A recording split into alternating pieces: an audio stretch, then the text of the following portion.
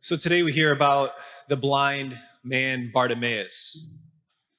Just want us to look at those first few verbs that we hear in those opening verses. Sitting, begging, crying out. Try to imagine try to get the picture there in your mind. Like, can you see the misery of this man, Bartimaeus? As he sits along the roadside, begs, and cries out. Like, how pitiful, truly. But what we see in this account is that it's precisely his blindness that allows him to see. And perhaps it's the crowd that was following Jesus and the disciples that were following Jesus that were, even though that they could physically see, it was them that were spiritually blind. And the question poses for us of which one of those is us as far as our spiritual sight. Because for Bartimaeus, what we see here is that it's his very spot of misery. It's his spot that deserves pity, which allows him to see on a deeper level, to ultimately cry out to God and then to be healed. So for us, because we want that and we need that, is our spots that deserve pity. And then secondly, positioning ourselves along the roadside. So much of the spiritual life, and I would say the key that unlocks the spiritual life is one's ability to recognize their neediness, the spots of them that deserve pity. So, when was the last time you spent time with the parts of yourself that deserve pity? Do you know you have them?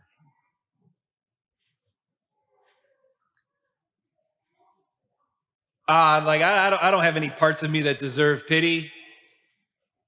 Then you are spiritually blind. That's the point here. The blind man deserved pity. He knew he deserved pity. And because he knew it, it allowed him to cry out, Jesus, Son of David, have pity on me. We all have spots that deserve pity. We could say that on a macro level, just with all of humanity, that God sees and looks upon his creatures and has pity on us. That's why he sent his son to die for us. Because of sin, God has pity on us.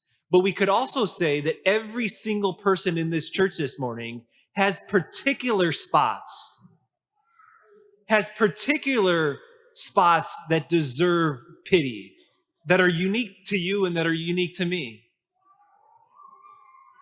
Past trauma,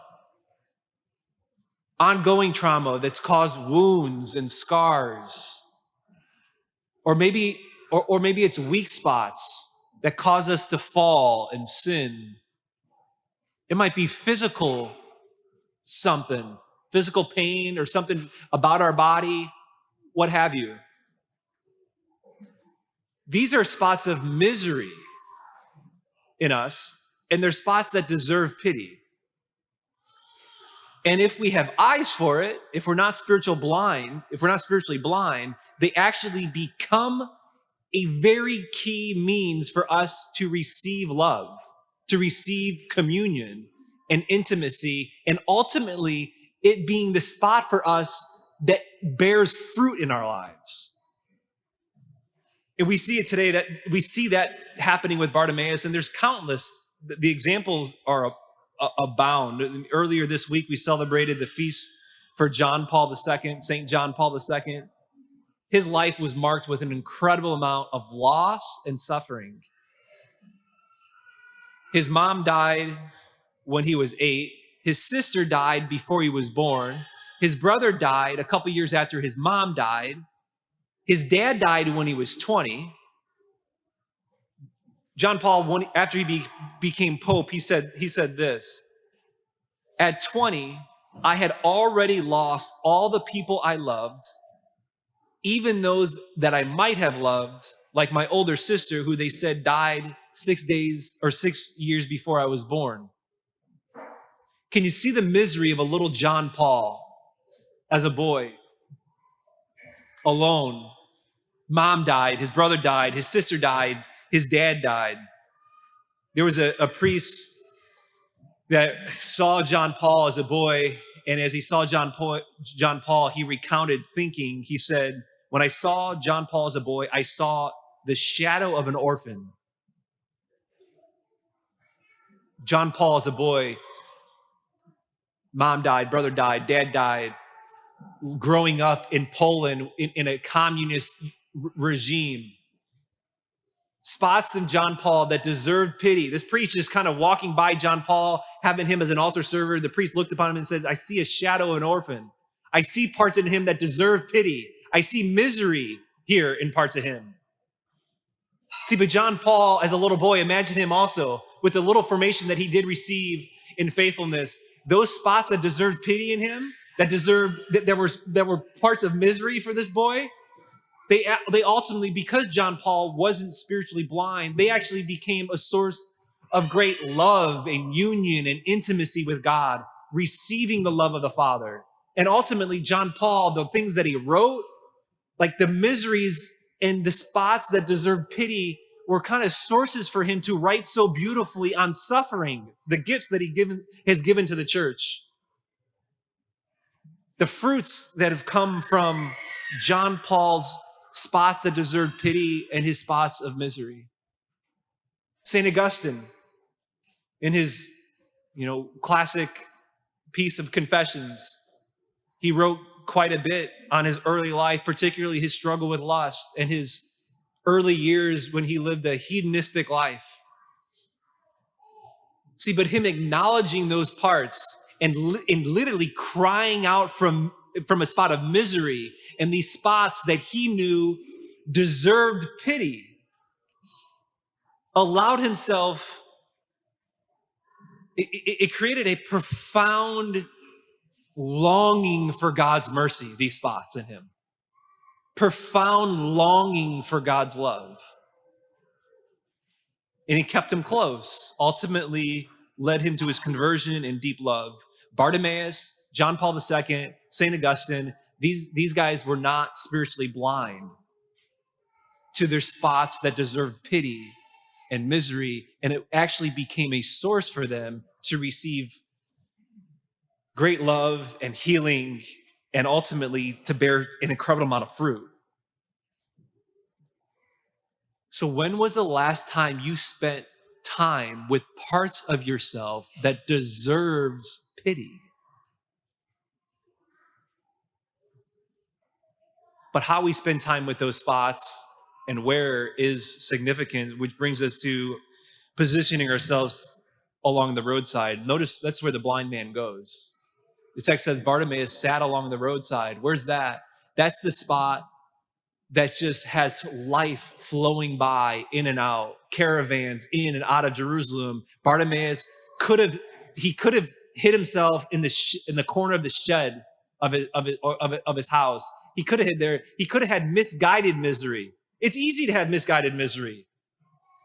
I mean, when we really feel the spots in us that deserve pity, it's incredibly easy to have misguided misery, for us to turn inward and for us to have that go into spots of self-pity.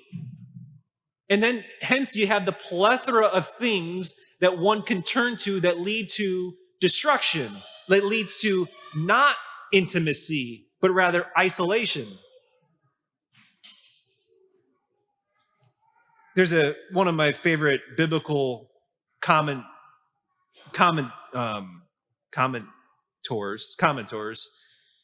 He says, Erasmo Marikakis posed this question, and I pose it for us this morning as it relates to him commenting on the blind man here. He says, do I have the boldness of Bartimaeus to be able to sit by the roadside and make the cry he did? Do I have the boldness of Bartimaeus, or am I instead ruled by different forms of timidity, shame, bad conscience, fatalism, or even the thinly veiled despair that makes me stifle the ardent plea that my heart longs to hurl at Jesus. Hurl your misery at Jesus as he passes by. Because he stops. He stopped for Bartimaeus. The text there just said, he stopped. Go bring him to me. Why? Because Jesus is attracted to the misery. It's the exact spots that deserve pity in you and me that he's drawn to. But there's timidity easily. There's shame. There's fatalism. There can be a thinly veiled despair. I've cried out before. I know this struggle. And then you have what was Bartimaeus meted with? People rebuking him. But what does he do? He cries out all the more, Jesus, Son of David, have pity on me.